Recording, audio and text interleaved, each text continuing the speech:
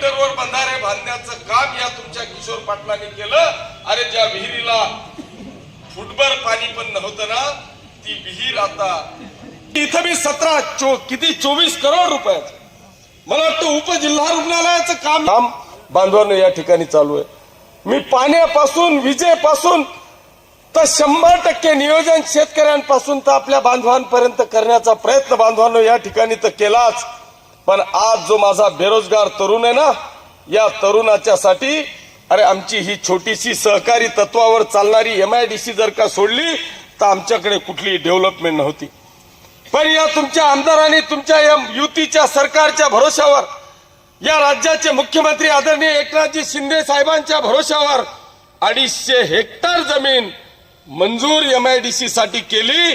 येणाऱ्या वर्षभरात आपल्याला खात्री देतो की या देशातला 2-5 जरी चांगल्या पद्धतीचा उद्योग आणू शकलो ना, तर आज जो माझा बेरोजगार तरुण नोकरी पाण्याकरता पोटा पाण्याकरता जो बाहेर जातोय ना, त्याला एक सुद्धा माझ्या मतदारसंघातला तरुणाला पोट भरण्यासाठी गुजरात, मुंबई, नागपूर, औरंगाबाद, संभाजीनगर, नाशिक, पुण्यासारख्या शहरामध्ये जाण्याची आवश्यकता भासणार नाही, याची खात्री हमी आहे हा किशोरप्पा देतोय. बांधवांनो, आपण तेवढ्यावर थांबलो नाही. आपण 100 करोड रुपयाची सूतगिरणी मंजूर केली. त्याचा GR आपण आणला. आचारसंहिता नडली म्हणून थांबली. ज्या दिवशी सूतगिरणी होईल ना, त्या दिवशी खऱ्या अर्थाने या पाचोरा आणि भडगाव तालुक्यातल्या 2000 तरुणांना त्या ठिकाणी आपण रोजगार देणार आहे. मी तर खरं म्हणजे आपण त्या खासदार ताईंना नक्कीच आपण प्रश्न करा, केंद्र सरकारचे जे जे विषय असतील ते मांडा. पण आपण पाचोरा तालुका आणि भडगाव तालुक्याच्या वतीने निश्चितपणे मी ताईंना आग्रह करणार आहे, माझी त्यांना विनंती असणार आहे की आपल्याला जर का खरंच काही काम करायचं असेल ना, तर खासदार ताईंकडून आपण मंजूर केलेल्या त्या MIDCच्या जागेमध्ये एक जरी रेल्वेचा प्रोजेक्ट आला ना, एक की रेल्वेच्या वॅगन तयार करणारा प्रोजेक्ट, रेल्वेचं इंजिन तयार करणारा प्रोजेक्ट, रेल्वेचे रूळ तयार करणारा प्रोजेक्ट, रेल्वेसाठी लागणाऱ्या कुठल्याही गोष्टीचा प्रोजेक्ट एक जरी आला ना, तर बांधवांनो या पाचोरा आणि भडगाव तालुक्यातल्या एकाही बेरोजगार तरुणाला हे गाव सोडून जाण्याची आवश्यकता भासणार नाही. माझा आपल्याला सगळ्यांना आग्रह, मी तर करणारच आहे, पण आपण सगळेजण मिळून हा व्यवसाय आमच्याकरता आणता येईल का.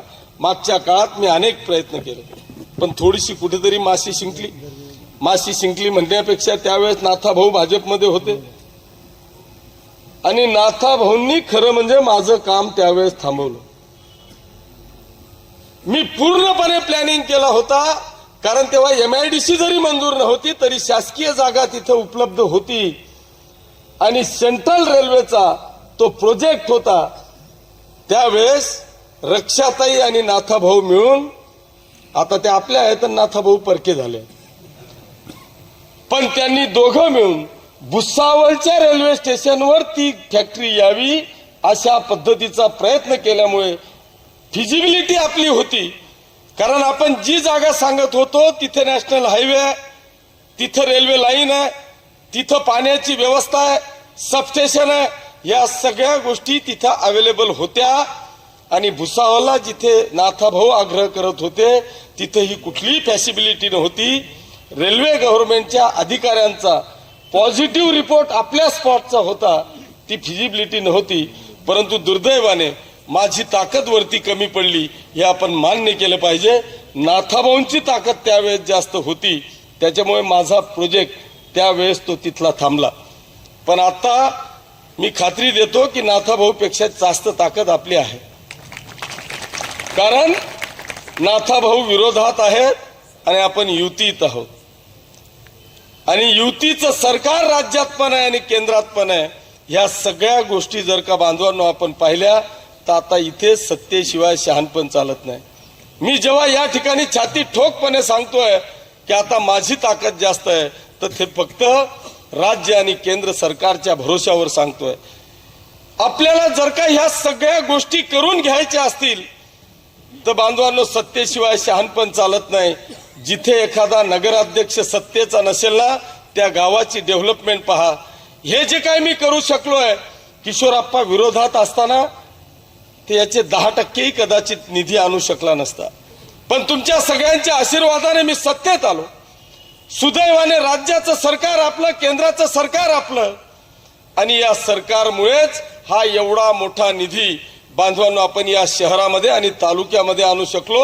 आणि म्हणूनच या हजारो करोड रुपयाच्या गप्पा बांधवांनो आपण या ठिकाणी मारू शकतोय. आणि म्हणून माझी आपल्याला सगळ्यांना या निमित्तानं हात जोडून विनंती आहे की आपण गेल्या 10-15 वर्षापासून माझ्यावर प्रेम करतायत, माझ्या पाठीशी आपला आशीर्वाद आहे.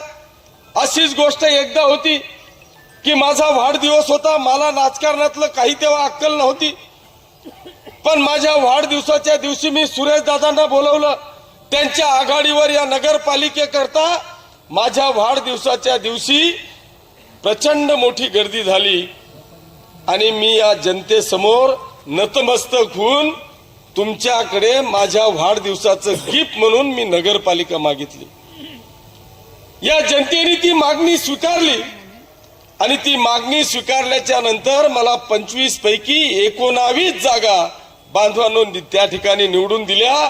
त्या दिवसापासून खऱ्या अर्थाने या नगरपालिकेचं, या शहराचं डेव्हलपमेंटला सुरुवात झाली. त्यावेळेस मी सांगितलं होतं की मला 5 वर्ष द्या, कारण मला माहित नव्हतं.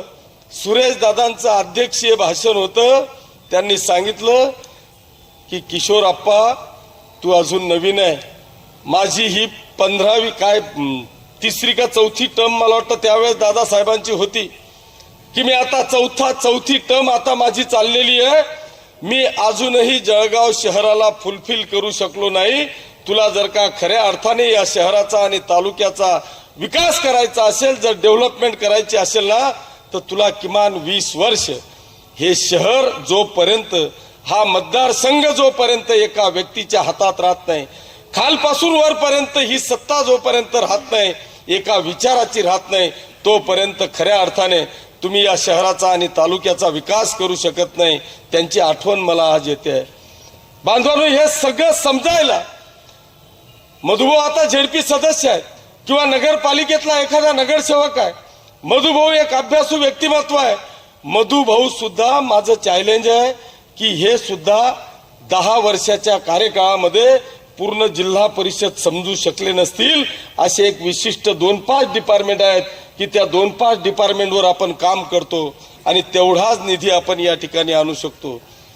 ही तर विधानसभा आहे.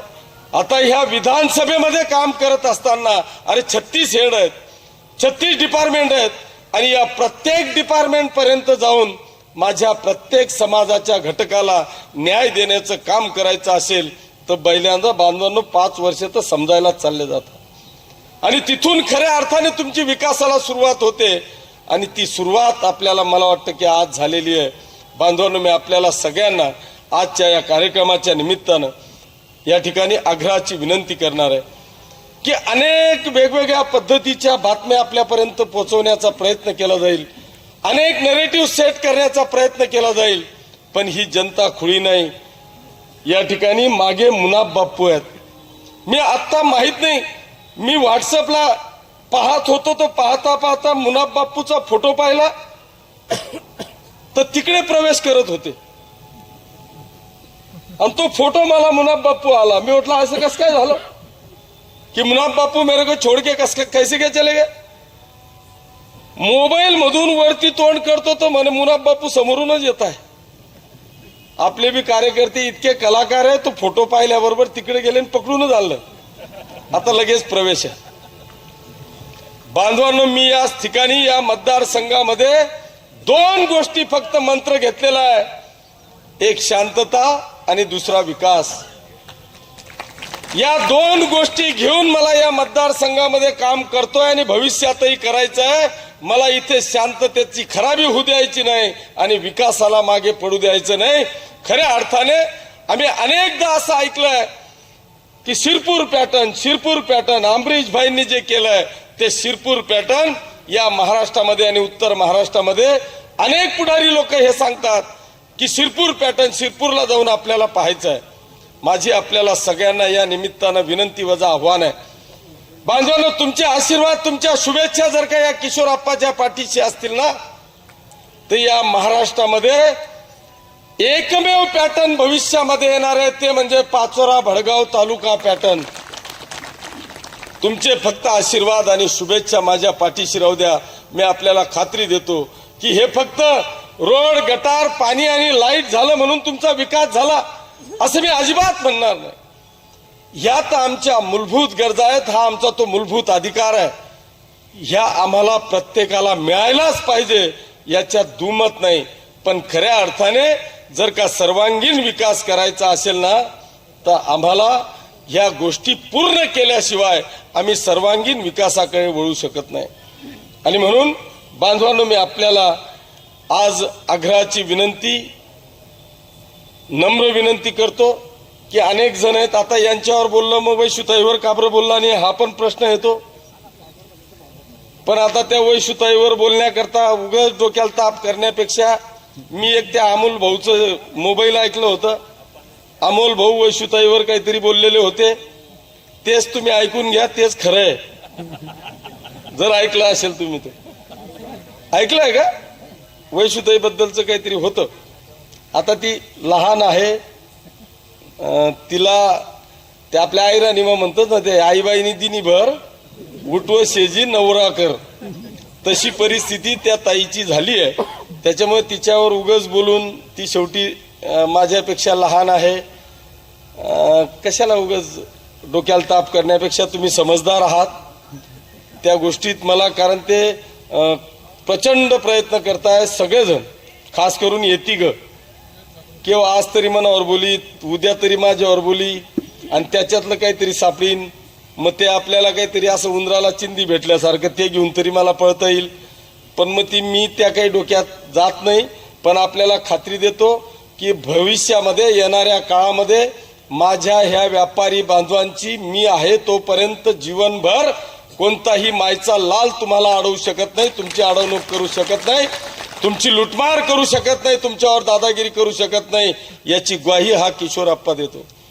या पाचोरा शहरामध्ये दोन धर्मांमध्ये कुठेही जातीवाद होऊन या शहराची शांतता भंग होणार नाही याची काळजी मी घेतो. मी अनेकदा दंगली करण्याचा होण्याचा प्रयत्न अनेकदा झाला, पण हा किशोरप्पा दोघं समाजांचे दगड खाणारा हा तुमचा आमदार आहे. इकडून मुसलमानांचे दगड खाल्ले, इकडून हिंदूंचे दगड खाल्ले, मध्ये हा किशोरप्पा उभा आहे. पण भानगडी होऊ दिल्या नाही. सगळ्यांना शांतता पाहून या शहराची शांतता आपल्याला कशी बनवून ठेवता येईल हा प्रयत्न या तुमच्या किशोर पाटलांनी केलाय. त्याच्यामुळे मी आपल्याला खात्री देतो की इथं शांतता कधी बिघडणार नाही याची काळजी आणि खात्री हा किशोरप्पा तुम्हाला देतो. राहिला प्रश्न विकासाचा, तो मला वाटतं तुमचा 100% विश्वास आहे की ज्या पद्धतीचा विकास मी आतापर्यंत केला त्या फक्त तुमच्या मूलभूत गरजा होत्या. आता खऱ्या अर्थाने तुमचा सर्वांगीण विकास करायची वेळ आलेली आहे. येत्या 12 तारखेला या राज्याचे मुख्यमंत्री आदरणीय एकनाथजी शिंदे साहेब दुपारी 4 वाजता पाचोरा भडगाव मतदारसंघाच्या माझ्या प्रचाराच्या निमित्तानं येत आहे.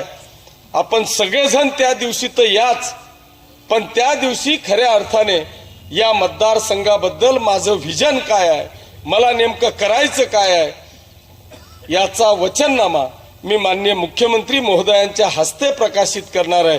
त्या दिवशी आपल्याला कळेल की मला या मतदारसंघाकरता काय करायचं आहे.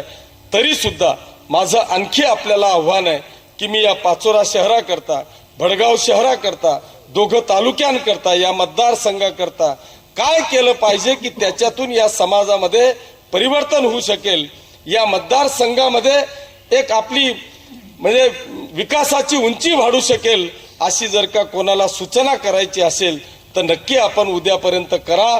ती नक्कीच स्वीकारून विचाराधीन घेऊन आपला देखील विचार त्या वचननाम्यामध्ये घेतला जाईल अशी ग्वाही या निमित्तानं मी देतो. पुन्हा एकदा तुमचे सगळ्यांचे मनापासून आभार मानतो, आपल्याला धन्यवाद देतो की आपण मोठ्या संख्येने या ठिकाणी आलात. माझे लांबलेले 2 शब्द ऐकून घेतले त्याबद्दल सगळ्यांचे मनापासून आभार मानत असताना सगळ्यांना हात जोडून नम्र विनंती करतो की येत्या 20 तारखेला माझी निशाणी धनुष्यबाण या निशाणीवर 1 नंबरचं बटन दाबून मला या मतदारसंघातून रेकॉर्ड ब्रेक मतांनी ऐतिहासिक विजय मिळवून द्या एवढी आग्रहाची आणि कळकळीची विनंती करतो आणि थांबतो. धन्यवाद. जय हिंद, जय महाराष्ट्र.